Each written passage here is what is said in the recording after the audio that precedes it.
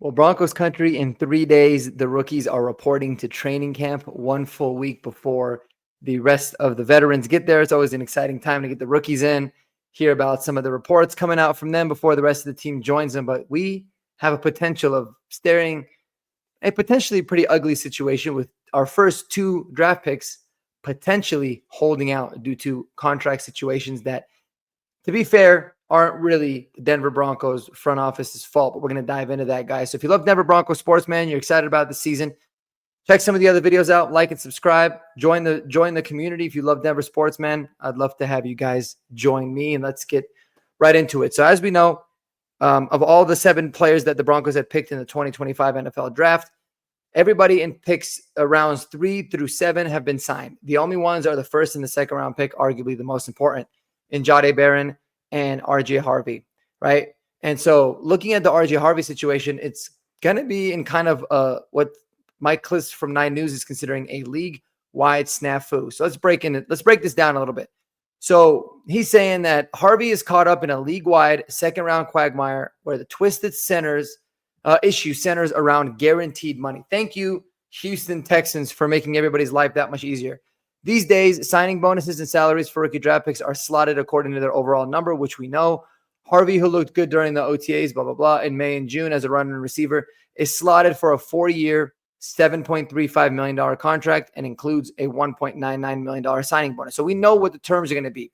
The problem is this, that the guaranteed portion is now in dispute for not only Harvey, but every second-round draft pick in the most recent NFL draft. Really, everybody after the number 33 and number 34 overall pick, because the Houston Texans decided they gave their second-round draft pick, Jaden Higgins, one of the guys that I loved in this draft, by the way, a 100% full guarantee on his 4-year, $11.7 million contract.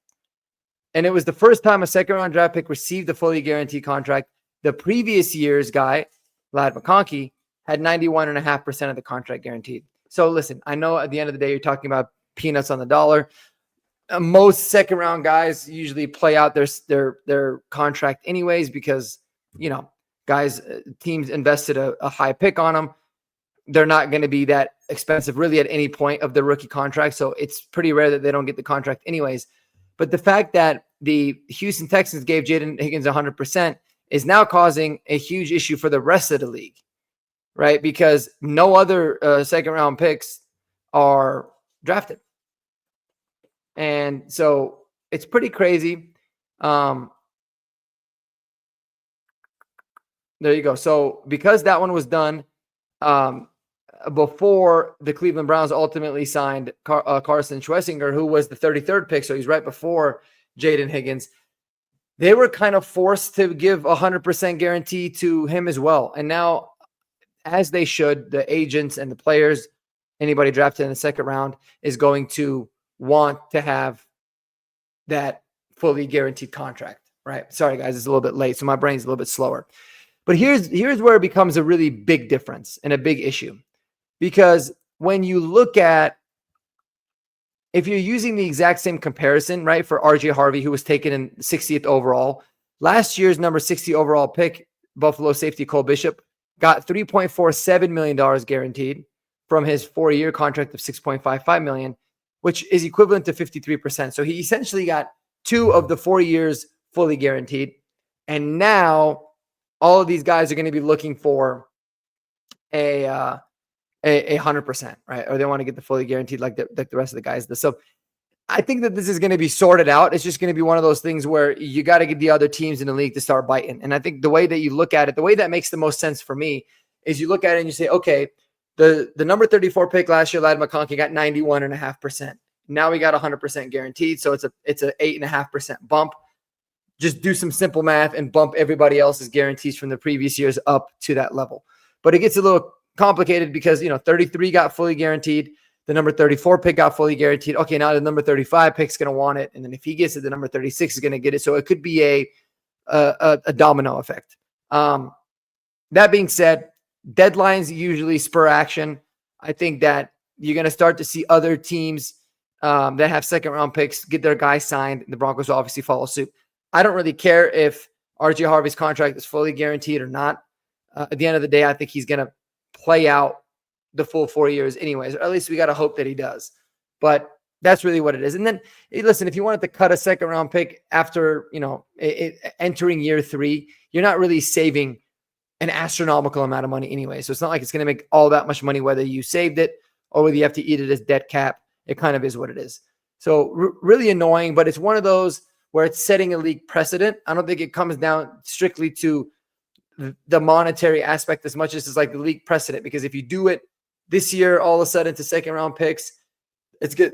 Agents are going to expect for it to, to spur and be something that maybe third round picks could get next year. And it's going to continue. So it's just one of those where they don't want to set these trends to where there's a new normal every single year when it comes to that. And to Mike Kliss in this article, I do want to find where he had said it.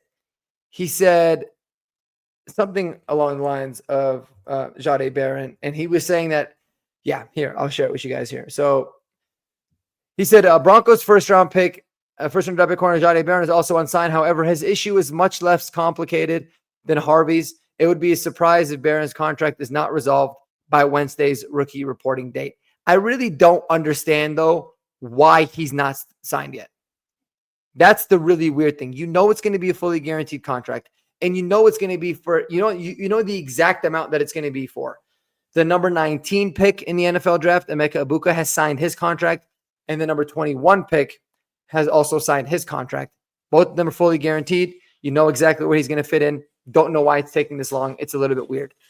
So that's always the kind of strange thing for me, but we'll see how it ultimately ends up playing out.